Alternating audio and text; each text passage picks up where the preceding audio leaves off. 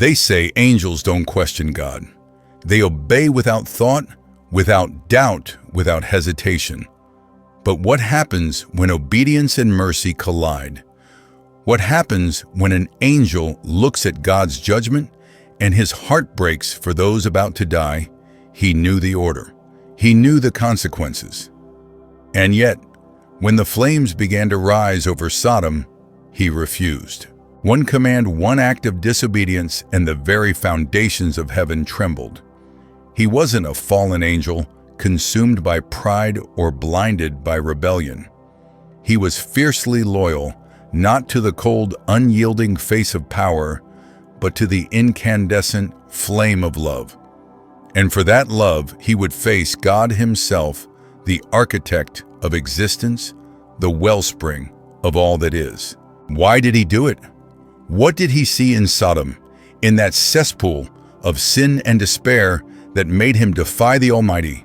And what punishment, what eternal exile awaits an angel who dares to say no to the divine will? You are about to witness a story that heaven, in its unwavering pursuit of order, never meant for mortals to remember, a truth buried deep within the annals of celestial history. The story of the angel who disobeyed to save a city, already damned, a testament to the enduring power of compassion against the relentless tide of judgment. Prepare yourself to delve into the shadowed corners of Scripture, to question the unquestionable, and to witness a sacrifice that echoes through eternity. Because within this tale lies a profound mystery. Can love truly redeem even the most irredeemable? The heavens were silent that day. No songs from the choirs, no laughter echoing through the clouds, no shimmering harps humming through eternity. Just silence. A silence that didn't feel peaceful. It felt heavy, like the suffocating calm that precedes a storm capable of rending the world asunder. Every angel knew that silence. It was the harbinger of judgment, a cosmic stillness that meant something on earth had irrevocably crossed the line, had stained the tapestry of creation with a darkness that demanded divine intervention. And then it came. The voice, the one no being could mistake, the voice of God. Not loud, not harsh, but infused with a power that could bend the very fabric of space-time, a resonance that could extinguish suns and birth galaxies. The outcry from Sodom and Gomorrah is great. Their sin has reached the heavens. Their time has come. Those words rolled through heaven like thunder through the mountains, each syllable carrying the weight of cosmic decree. Every winged head bowed in reverence, a symphony of obedience echoing across the celestial plain. Some in sorrow, lamenting the inevitable destruction. Others in grim understanding, accepting the necessity of divine justice. But among the ranks of the celestial host stood one angel who remained motionless. His form rigid, his face etched with a turmoil that mirrored the storm brewing within his soul. He felt his heart plummet like a stone, a sensation alien to his immortal existence. He had been to those cities. He had witnessed their depravity firsthand, the cruelty that festered in the shadows, the insatiable lust that consumed their souls, the avarice that choked the light from their eyes, the arrogance that dared to mock the very heavens. He had seen men revel in their wickedness, their laughter echoing with a hollow emptiness that chilled him to the core. He had witnessed women trade their dignity for fleeting moments of pleasure, their spirits eroding with each transaction. But he had also seen something else, something often overlooked in the grand calculus of divine judgment, something no one in the gilded halls of heaven seemed to acknowledge. In the midst of their filth, he saw small embers, flickering sparks of humanity, refusing, to be extinguished. A father who knelt beside his child, whispering prayers into the darkness, clinging to a faith that had been abandoned by so many. A widow who, despite her despair, still believed that God could hear her silent pleas, that even in the face of oblivion, hope could endure. A young man who stood apart from the revelry, his eyes filled with guilt, his heart consumed by a desperate yearning for forgiveness, a longing to escape the suffocating embrace of sin. They were few outnumbered by the legions of the wicked, but they were there, and the thought of them being swept away along with the guilty of their faint light being extinguished by the all-consuming fire tore something essential within him apart. He raised his eyes toward the throne, toward that blinding light that no angel dared to gaze upon for long, toward the source of all power and all judgment. And for the first time since his creation, a seed of doubt sprouted within his heart, a fragile tendril questioning the unyielding certainty of divine will. Not doubt in God's power that was unassailable, but doubt in the timing of his wrath, in the absolute finality of his decision. Was mercy truly exhausted? Had grace run dry in this parched land? Why now? He whispered to himself the question barely audible, a transgression in a realm where questions were often seen as acts of defiance. Another angel, one of the seraphim, radiant and cold, turned toward him, his expression an impassive mask that revealed nothing of his thoughts. "You hesitate?" He asked the question, devoid of emotion. His voice was not accusing, but it cut deep, resonating with the weight of celestial law. Hesitation in heaven was akin to heresy, a crack in the flawless armor of obedience. The troubled angel said nothing. He simply lowered his gaze, unable to articulate the complex emotions that raged within him. How could he explain what he felt to another immortal, being a creature of pure light and unwavering purpose? How could he convey that his heart, the very organ heaven had bestowed upon him to love and cherish, creation, was now the reason he couldn't obey the source of his agonizing conflict? Far above them, the throne glowed with light beyond mortal comprehension, a beacon of absolute authority.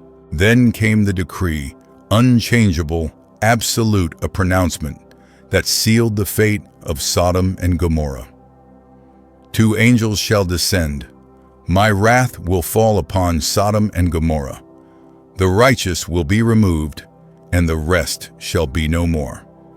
The words echoed through the heavenly expanse, resonating with the immutable force of divine judgment.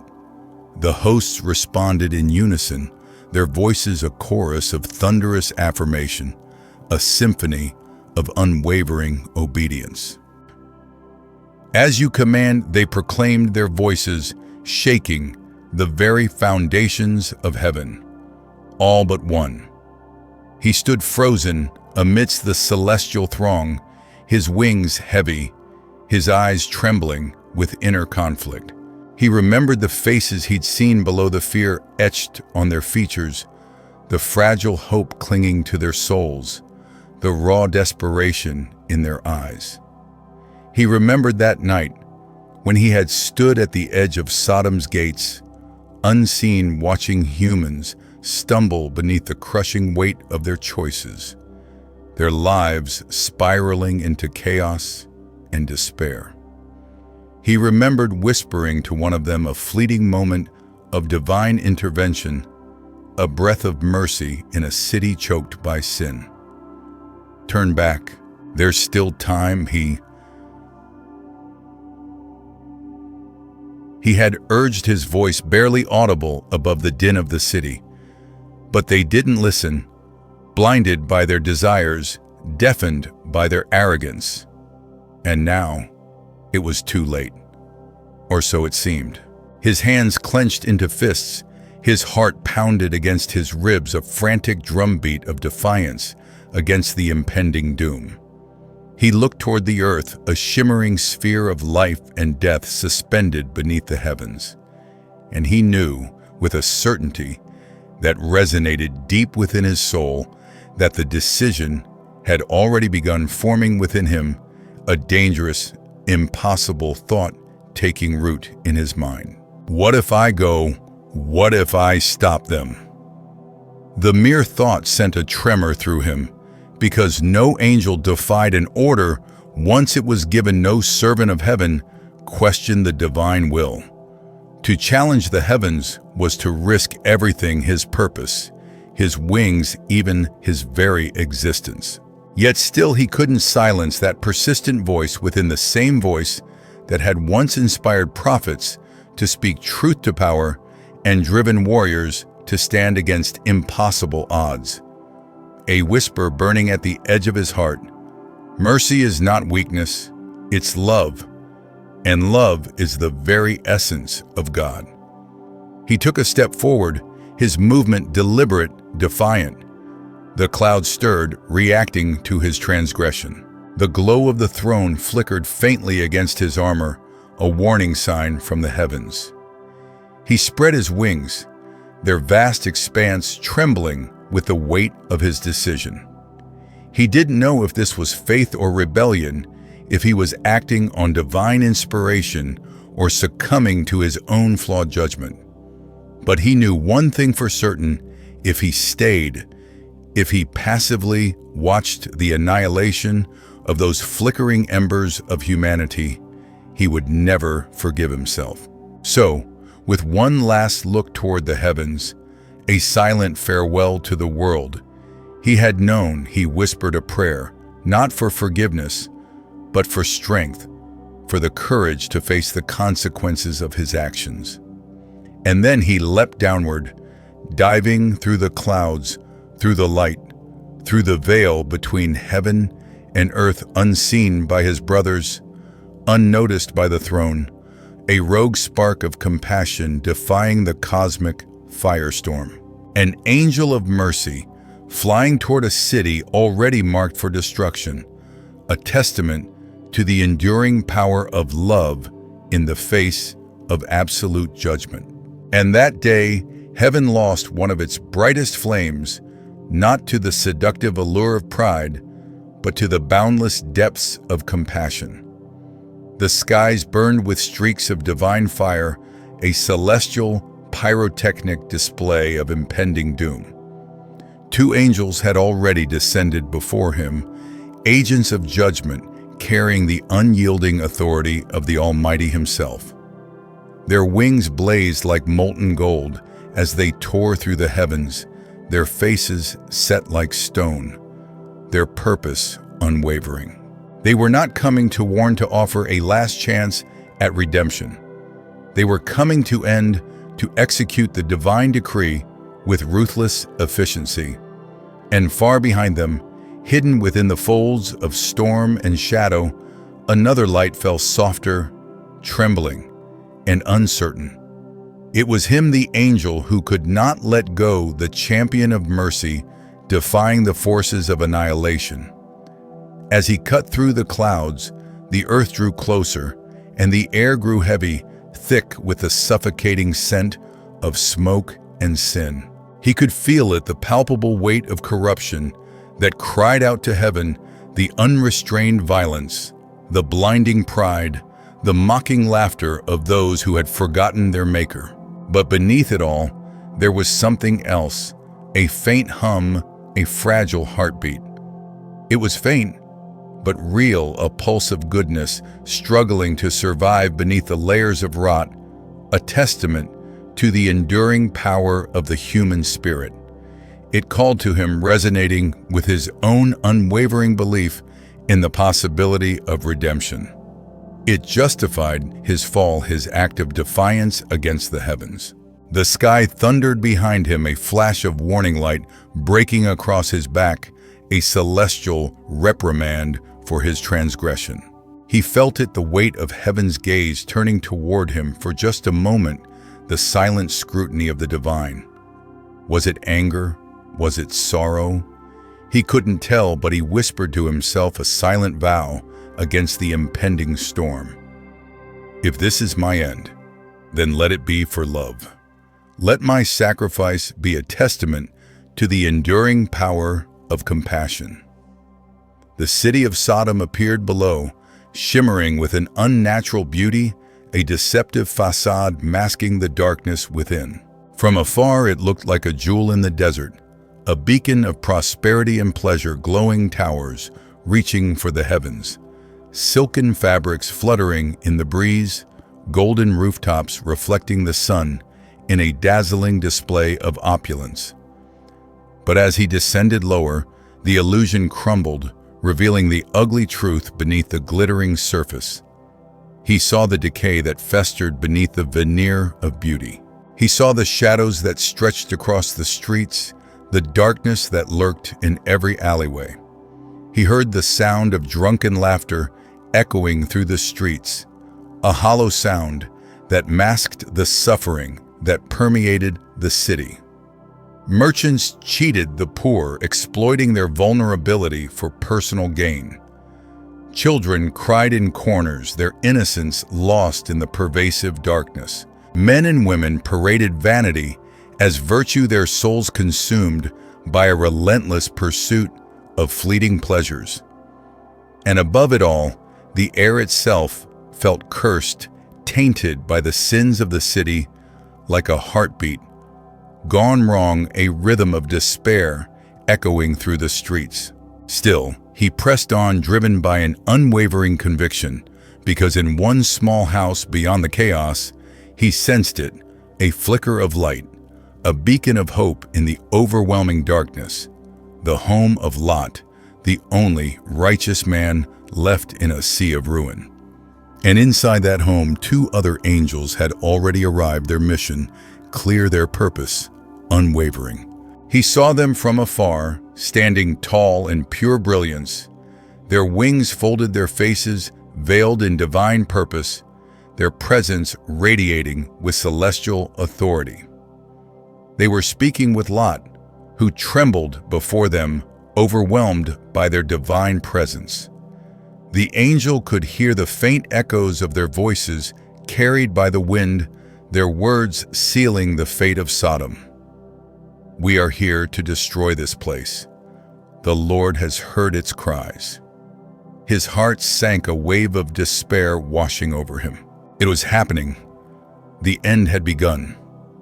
He landed quietly outside the city gates, his feet touching the dust that once bore Eden's memory, the ground itself bearing witness to the rise and fall of civilizations. And for a moment, he just stood there, caught between two worlds, heaven behind him, fire ahead, a solitary figure teetering on the precipice of divine judgment. He was an angel with no place left to belong, a celestial exile, adrift in a sea of sin. He looked up at the skies, his gaze searching for a sign, a glimmer of hope in the darkening heavens. Lightning crawled across the heavens like veins of anger, a celestial warning of the impending storm. It wouldn't be long now. The wrath was already moving, unstoppable, unchangeable, an inexorable force hurtling toward the doomed city. He clenched his fists, his determination hardening against the encroaching despair. Please, he whispered to no one, and to everyone, a desperate plea echoing across the ravaged landscape. Just a little more time. Give them a chance, just a moment to find redemption. But heaven's clock does not slow for one voice, the gears of divine judgment grinding relentlessly toward their inevitable conclusion. Still, he would try, driven by an unwavering belief in the power of mercy. With a beat of his wings, he moved through the streets unseen, a phantom of compassion gliding through the shadows of sin. His golden light dimmed, veiled, so as not to draw attention, to avoid alerting the agents of destruction. He passed through crowds of laughter and lust, through homes that glowed with sin, and his soul trembled at what he saw. He understood the judgment, now the rationale behind the divine decree. Yes, it was deserved, but still something in him screamed a desperate yearning for an alternative. There must be another way. There must be a chance for redemption, a glimmer of hope in this abyss of despair. Then suddenly he felt it, a shift in the atmosphere, a change in the very air he breathed. The two angels of destruction were moving, their mission activated, their purpose ignited. The command had been given, the signal to unleash the divine fire. He could sense their power rising, a surge of celestial energy building towards its crescendo. Holy fire poised to consume everything in its path. Panic rushed through him, a wave of adrenaline surging through his immortal veins. He ran toward Lot's home, his wings dragging sparks as he flew just above the ground, a desperate race against the impending apocalypse.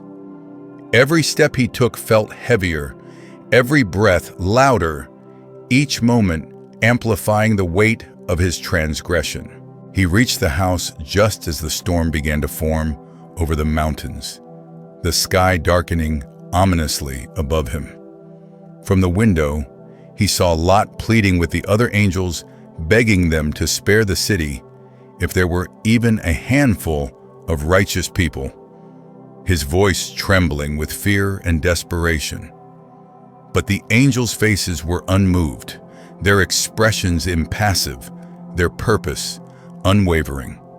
Their orders were clear, their mission absolute. That was when something inside him broke, a dam of restraint, shattering under the weight of compassion. He pushed through the doorway, light flooding the room, his sudden appearance disrupting the impending judgment. The others turned shocked, their celestial composure momentarily shattered. "Brother," one of them spoke, his voice laced with divine fire, a mixture of surprise and disapproval. "You were not summoned. Your presence is a disruption to the divine order." He met their gaze, his voice shaking but firm, fueled by the unwavering conviction in his heart. "I could not stand idle while innocent blood burns. I could not watch as hope is extinguished without a fight."